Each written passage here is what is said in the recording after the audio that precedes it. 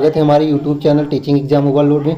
आज का session seated paper 2 के अंतर्गत एनसीईआरटी हिस्ट्री की नेक्स्ट क्लास है। आज हम एनसीईआरटी क्लास 7 के लास्ट चैप्टर को पढ़ेंगे, जो कि चैप्टर नंबर 10, जिसका नाम है 18वीं शताब्दी में नए राजनीतिक गठन।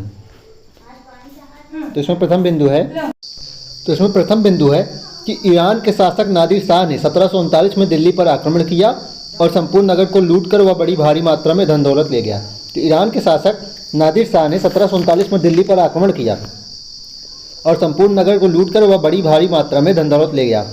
नादिर शाह के आक्रमण के बाद अफगान शासक अहमद शाह अब्दाली के आक्रमणों का तांता लगा। तो नादिर शाह के आक्रमण के बाद अफगान के शासक अहमद शाह अब्दाली के आक्रमणों का तांता लगा। उसने 1748 से 1761 के बीच 5 बार उत्तरी भारत पर आक्रमण किया और लूटपाट मचाई। तथा इसमें एक बात और इम्पॉर्टेंट है कि नादिर शाह ने जो 1747 में आक्रमण किया था, उसमें उसने मोहम्मद शाह रंगीला को लूटा था तथा कोहिनूर भी उसी में लेके आया था। कोहिनूर जो कि गोलकुंडा का एक हीरा था। अगला बिंदु इसमें है कि 18वीं शताब्दी के दौरान मुगल साम्राज्य धीरे धीरे कई स्वतंत्र क्षेत्रीय राज्यों में बिखर गया। 18वीं शताब्दी के दौरान मुगल साम्राज्य जो था वह धीरे धीरे कई राज्यों में बिखर गया था। मोटे तौर पर 18वीं शताब्दी के राज्यों को 3 परस्परवादी समूहों में बांटा गया। एक अवध, बंगाल व हैदराबाद जैसे वे राज्य थे जो पहले मुगल प्रांत थे। हालांकि इन राज्यों के शासक अति शक्तिशाली थे और काफ़ी हद तक स्वतंत्र थे। उन्होंने मुगल बादशाह से औपचारिक तौर पर अपने संबंध नहीं तोड़े थे। लेकिन दूसरे प्रकार के ऐसे राज्य थे जो मुगल के पुराने शासनकाल में वतन जागीर के रूप में काफ़ी स्वतंत्र थे। इनमें कई राजपूत प्रदेश भी शामिल थे। तथा जो तीसरी श्रेणी थी उनमें मराठा, सिक्कों व जाटों के राज्य आते थे। ये विभिन्न आकार के थे और इन्होंने कड़े और लंबे सशस्त्र संघर्ष के बाद मुगल से स्वतंत्रता छीन कर ली थी। अगला बिंदु देखते हैं। पुराने मुगल प्रांतों में जिन उत्तराधिकारी राज्यों का उद्भव हुआ उनमें से 3 राज्य प्रमुख थे। तो पुराने मुगल प्रांतों में जिन उत्तराधिकारी राज्यों का उदय हुआ उनमें से 3 प्रमुख थे। वे थे अवध, बंगाल और हैदराबाद, जिसमें से अवध अधिक महत्वपूर्ण था।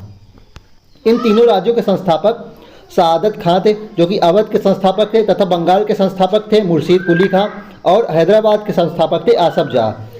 ये ऐसे व्यक्ति थे जिनको मुगल दरबार में ऊंचा स्थान प्राप्त था। तो ये जो तीनों थे, सआदत खां जो कि अवध के संस्थापक थे, मुर्शीद कुली खां जो कि बंगाल के और आसफ जाह जो कि हैदराबाद के संस्थापक थे, इनको मुगल दरबार में ऊंचा स्थान प्राप्त था। मुगल बादशाह को उन पर भरोसा और विश्वास भी था।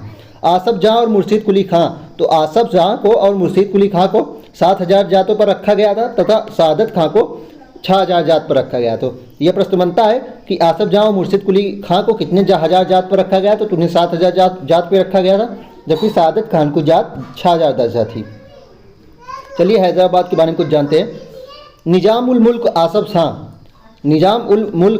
आसफ जाह जिसने हैदराबाद राज्य की स्थापना की थी, मुगल बादशाह फर्रुख सियार के दरबार का एक अत्यंत शक्तिशाली सदस्य था। तो इसमें इंपॉर्टेंट यही है कि हैदराबाद की स्थापना किसने की थी? निजाम उल मुल्क आसफ जाह ने, तथा यह फर्रुख सियार का सदस्य था। यही 2 बात इसमें इंपॉर्टेंट है। चलिए अगली बिंदु को देखते हैं।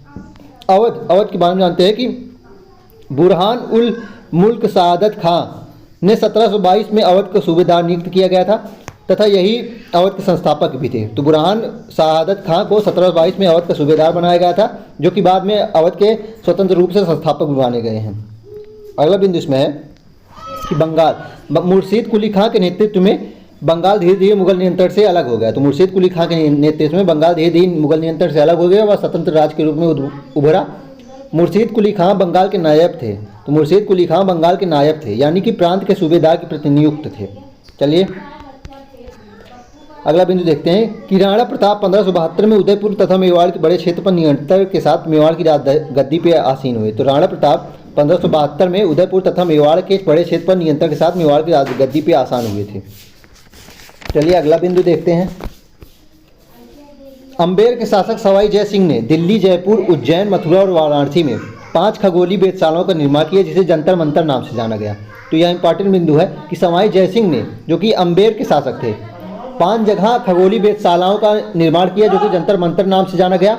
ये 5 जगह थी दिल्ली, जयपुर, उज्जैन, मथुरा व वाराणसी। जंतर मंतर के नाम से विख्यात इन वेधशालाओं में खगोलीय पिंडों के अध्ययन हेतु कई उपकरण थे। तो सवाई जय सिंह ने किसकी स्थापना की थी? 5 जगह जंतर मंतर बनवाया था, जो कि खगोलीय वेधशालाएं थी। अगला बिंदु है कि 1708 में गुरु गोविंद सिंह की मृत्यु के बाद बंदा बहादुर के नेतृत्व में खालसा ने मुगल सत्ता के खिलाफ विद्रोह किया। तो 17 प्रश्न ये बनता है कि गुरु गोविंद सिंह की मृत्यु के बाद किसके नेतृत्व में मुगल सत्ता के खिलाफ खालसा ने विद्रोह किया था। तो 1708 में गुरु गोविंद सिंह की मृत्यु के बाद बंदा बहादुर के नेतृत्व में खालसा ने मुगल सत्ता के खिलाफ विद्रोह किया था।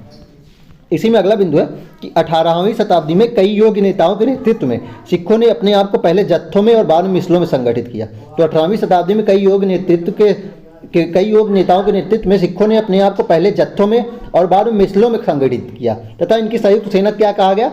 इनकी संयुक्त सेना को दल खालसा कहा गया। इन दिनों दल खालसा बैसाखी और दिवाली के पर्वों पर अमृतसर में मिलते थे। इन दिनों दल खालसा जो थे वो बैसाखी और दिवाली पर मिलते थे तथा इन बैठकों में वे सामूहिक निर्णय लिए करते थे। तो इन बैठकों में जब वो बैसाखी और दिवाली पे पर्वों पर अमृतसर में मिलते थे तो वे बहुत सामूहिक निर्णय भी लिए करते थे जिन्हें गुरुमत्ता कहा जाता था। तो गुरुमत्ता किसे कहते थे? गुरु का प्रस्ताव। यह इंपॉर्टेंट बिंदु है कि गुरुमत्ता शब्द किसे कहते थे? गुरुमत्ता का अर्थ होता था गुरु का प्रस्ताव। पर्वों में होने वाले सामूहिक निर्णय इसमें लिए जाते थे। गुरुमत्ता क्या था? गुरु का प्रस्ताव होता था तथा इसमें ये पर्व होते थे जिसमें ये पर्वों में होने वाले सामूहिक निर्णय होते थे। अगला बिंदु इसमें है कि सिखों ने राखी व्यवस्था स्थापित की जिसके अंतर्गत किसानों से उनकी उपज का 20% कर के रूप में लेकर बदले में उन्हें संरक्षण प्रदान किया जाता था। तो प्रश्न नहीं बनता है राखी व्यवस्था किससे संबंधित है? तो राखी व्यवस्था सिखों से संबंधित थी तथा इसमें सिख जो थे वे किसानों की उपज का 20% लेते थे तथा उसके बदले उन्होंने संरक्षण प्रदान करने का वादा किया था तथा वो वादा पूरा करते थे, संरक्षण प्रदान करते थे। अगला बिंदु है कि शिवाजी का जन्म 1630 में शाहजी और जीजाबाई से हुआ था। तो शिवाजी के जन्म 1630 में हुआ था तथा इनके पिता का नाम शाहजी था और माता का नाम जीजाबाई था। इसमें इतना ही इंपॉर्टेंट तथा इनके अभिभावक व दादा जो थे वो कोंडदेव थे। अगला बिंदु इसमें है कि चौथ कर क्या था? चौथ कर मराठों का कर लेना था। चौथ जो था वह मराठों का कर था। जमींदार के वसूले भू राजस्व का 25% लेते थे ये तथा यह दक्कन में भी था। चौथ कर के बारे में इंपॉर्टेंट ये है कि यह मराठों का कर था तथा जमींदार के वसूले भू राजस्व का 25% लेते थे। चौथ का अर्थ होता है कि 1/4 मतलब 25% तथा यह दक्कन में भी था। अगला बिंदु इसमें है कि सरदेश मुखी कर कैसा था? तो दक्कन के मुख्य राजस्व संग्रहकर्ता दिए जाने वाले भू राजस्व को 10% हिस्सा जो दिया जाता था वह सरदेश मुखी था। तो सरदेश मुखी क्या था? दक्कन में मुख्य राजस्व संग्रहकर्ता को दिए जाने वाले भू राजस्व का 10% हिस्सा था।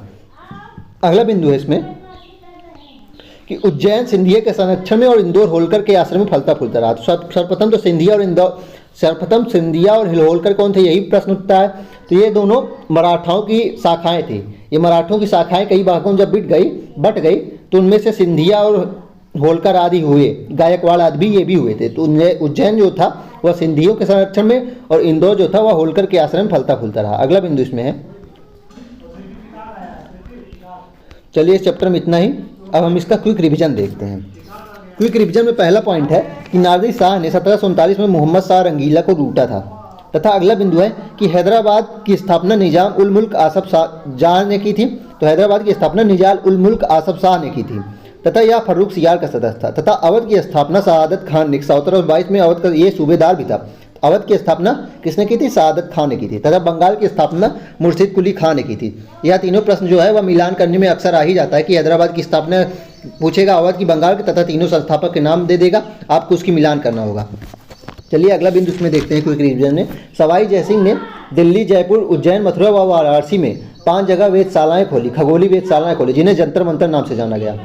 अगला बिंदु इसमें है कि 18वीं शताब्दी में कई योग्य नेताओं के नेतृत्व में सिखों ने अपने आपको पहले जत्थों में और बाद में मिसलों में संगठित किया। तो 18वीं शताब्दी में कई योग्य नेताओं के नेतृत्व में सिखों ने अपने आप को पहले जत्थों में और बाद में मिसलों में संगठित कर लिया था तथा इनकी संयुक्त सेना क्या कहलाई? दल खालसा कहलाई। यह इंपॉर्टेंट बिंदु है कि जत्थों और मिसलों की संयुक्त सेना क्या कहलाई? तो यह दल खालसा कहलाई। अगला बिंदु है कि गुरुमत्ता क्या था? गुरुमत्ता जो था वह गुरु का प्रस्ताव था। अगला बिंदु इसमें है कि राखी व्यवस्था क्या है? जो सिख किसानों की उपज का 20% कर लेते थे उसे ही राखी व्यवस्था कहा गया। तो इसमें जो किसान को उपज का 20% सिख ले लेते थे उसके बदले संरक्षण प्रदान किया जाता था उनको। अगला बिंदु एक चौथ कर क्या था? तो चौथ कर जो था वो मराठों द्वारा लिया जाने वाला कर था तथा यह जमींदार के वसूले गए राजस्व का कुल 25% होता था। अगला बिंदु एक सरदेश मुखी कर क्या था? तो दक्कन में मुख्य राजस्व संग्रहकर्ता को दिए जाने वाले भू राजस्व का 10% हिस्सा होता था सरदेश मुखी। अगला एक इंपॉर्टेंट बिंदु इसमें आ सकता है, इस बुक में तो नहीं है लेकिन वह प्रश्न बनता है कि कुणबी किसे कहते थे? तो कुणबी जो थे वह कृषक पशुचारक योद्धा थे। तो कुणबी कौन थे? वह कृषक पशुचारक योद्धा थे। अगला बिंदु इसमें है कि मराठों की कैपिटल कौन सी थी? मराठों की राजधानी पुणे थी तथा उज्जैन जो था वह सिंधिया के संरक्षण में था तथा इंदौर जो था वह होलकर के संरक्षण में था। चलिए इस चैप्टर में इतना ही तथा आज के सेशन में इतना ही। अब हम नेक्स्ट सेशन में किसी नई टॉपिक के साथ मिलेंगे। तब तक हमारे चैनल को लाइक करें, सब्सक्राइब करें। धन्यवाद।